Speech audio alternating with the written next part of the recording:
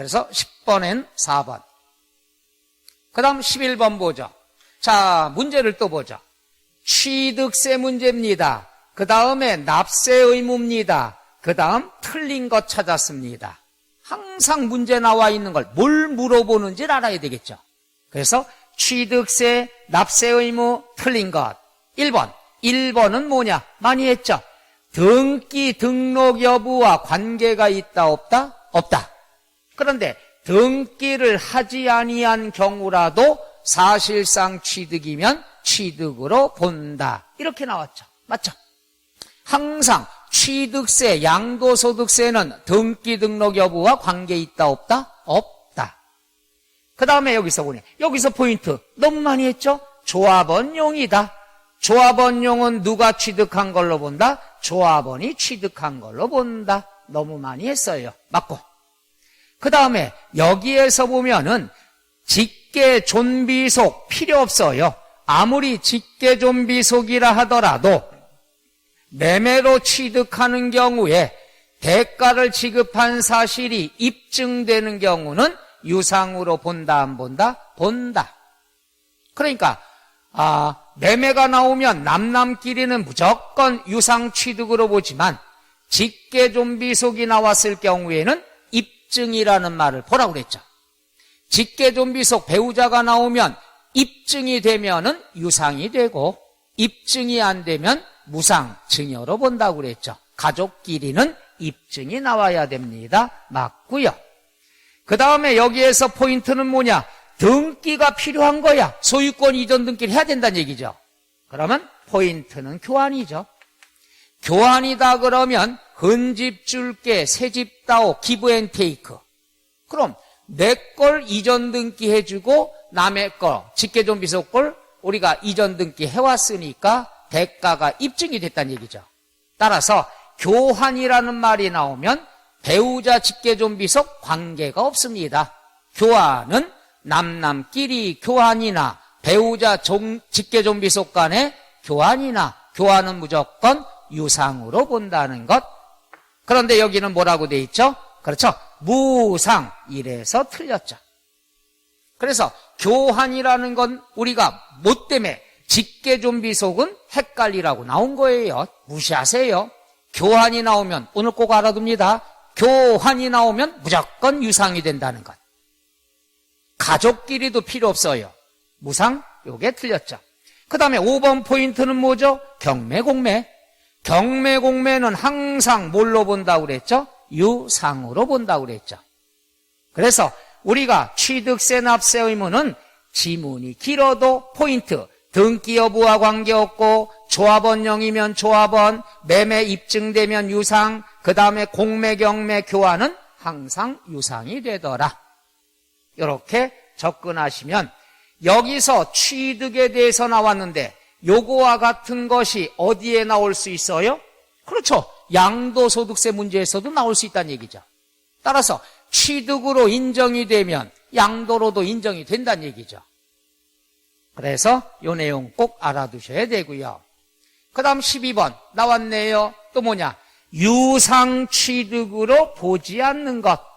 그럼 유상으로 보지 않는 건 뭐예요? 무상이란 얘기죠. 그럼 볼까요? 또 나왔네요. 그렇죠. 공매. 당연히 뭘로 보죠? 유상. 그 다음 파산 선고. 망해서 아들의 부동산을 취득했다. 이건 뭐예요? 우리가 아들이 사업하다 망했어. 망해서 나온 걸 갖다가 아버지가 취득을 했어. 소유권 이전 가능하죠? 대가 입증되겠죠? 따라서 유상이 됩니다. 그 다음에 여기는 누구 거냐? 배우자 거야. 배우자 건데 입증된 지급한 사실이 어떻게 됐다? 입증이 됐다. 가족끼리지만 대가를 지급한 사실이 입증되면 당연히 유상이 되겠죠. 그 다음에 여기에서 아까랑 똑같죠. 등기가 필요한? 다 필요 없어요.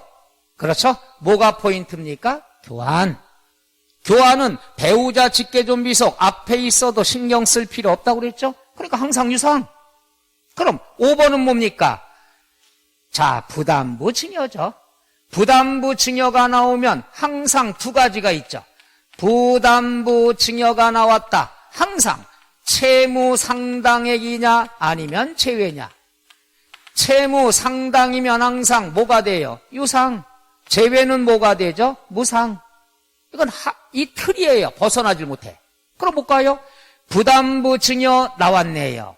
채무액 상당하는 부분을 뭐라고 그랬죠? 제외라고 그랬죠.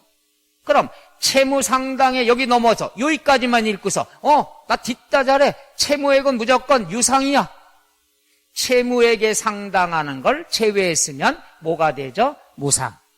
따라서 유상으로 보지 않는 것 했으니까 답은 5번이 되겠죠. 부담부 증여는 요거 무조건 알아두시면 돼요. 그러니까 남남끼리 부담부 증여는 이렇게 되고 배우자 직계 좀비 속이면은 입증이 됐느냐 안 됐느냐 이게 꼭 나와야죠.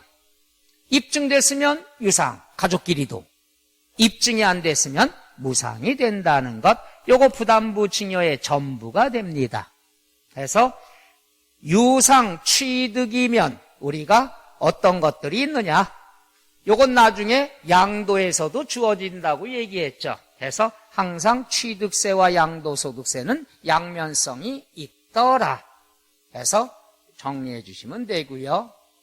그 다음 13번 지문이 깁니다만은 포인트는 똑같죠? 보죠. 취득세에 관한, 취득세에 관한 그러면 종합문제라고 그랬죠. 이건 각 단원에서 지문이 다 주어지는 거, 종합문제. 틀린 것은, 그럼 볼게요. 여기 나왔습니다.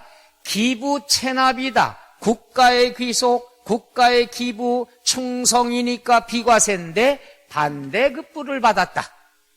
야, 이거 나라에 헌납할 테니까 나 국유지 공짜로 좀 쓰게 해줘. 무상사용권을 받았다. 그럼 국가의 기부 체납 여기까지면 우리가 비과세가 되는데 반대급부로 무상사용권을 받았을 경우에는 취득세를 어떻게 한다? 그렇죠. 과세한다. 부과한다. 맞고요. 두 번째 나왔죠. 포인트가 뭐냐? 상속.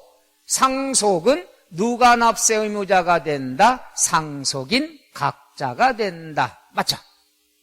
그 다음에 우리가 뭐가 있어? 국가로부터 유상승계다 그러면 국, 수, 공, 판, 장, 법률을 얘기하자. 국수공판장, 법률은 시가표준액 쳐다볼 필요 없어요. 항상 뭐가 된다고 그랬죠? 사실상의 취득가액. 연부는 뭐가 되죠? 연부금액이 된다. 얘는 쳐다볼 필요 없다. 시가표준은. 그래서 국수공판장 법률에 대해서는 사실상의 취득가액이 과세표준이더라. 그 포인트만 찾으면 돼요. 그 다음에 4번 보죠. 4번은 숫자가 있는데, 그렇죠? 숫자는 몇 번째 봐라? 두 번째. 그럼 뭐냐? 무상승계 필요 없어요. 무상이나 유상이나 반품하는 건 똑같다는 얘기. 쟤는 의미 없어. 그럼 뭐냐? 제일 중요한 게 요거죠. 자, 우리가 취득일로부터 60일 이내 계약이 해지됐다. 조서, 증서에 의해서. 그럼 취득으로 보지 않죠. 근데 중요한 게 뭐라고 그랬죠? 그렇죠. 일단 홈쇼핑에 주문했을 때 태그를 띄면 반품이 안 된다고 그랬죠. 그 태그가 부동산에는 뭐가 되죠? 등기가 되죠. 그러니까 일단 취득을 해서 내 이름으로 이전 등기했으면 무효가 될 수 있다 없다? 없다. 그래서 여기에 포인트는 요거 제일 강조했죠. 제일 중요한 게 이거 태그 띄지 말라고. 그래서 부동산을 취득한 다음에 등기 등록을 안 하면은 취득으로 보지 않을 때가 있죠. 반품. 그러나 일단 등기가 됐으면 무효로 될 수 있다 없다? 없다. 항상 취득으로 본다. 근데 취득으로 보지 않는다. X. 등기가 되면 돼야 돼. 이상합니다. 등기 등록 여부와 관계가 없다고 하지 않습니까? 맞아요. 그건 취득할 때. 이거는 반품할 때. 반품할 때는 일단 취득하고 등기를 하고 난 다음엔 반품이 된다 안 된다? 안 된다. 무조건 취득으로 본다. 그 다음에 5번 숫자는 뒤에 보라고 그랬죠. 공동주택 9억이야. 공동주택의 개수면은 봐요. 9억 이하의 아파트 조금 뜯어 고쳐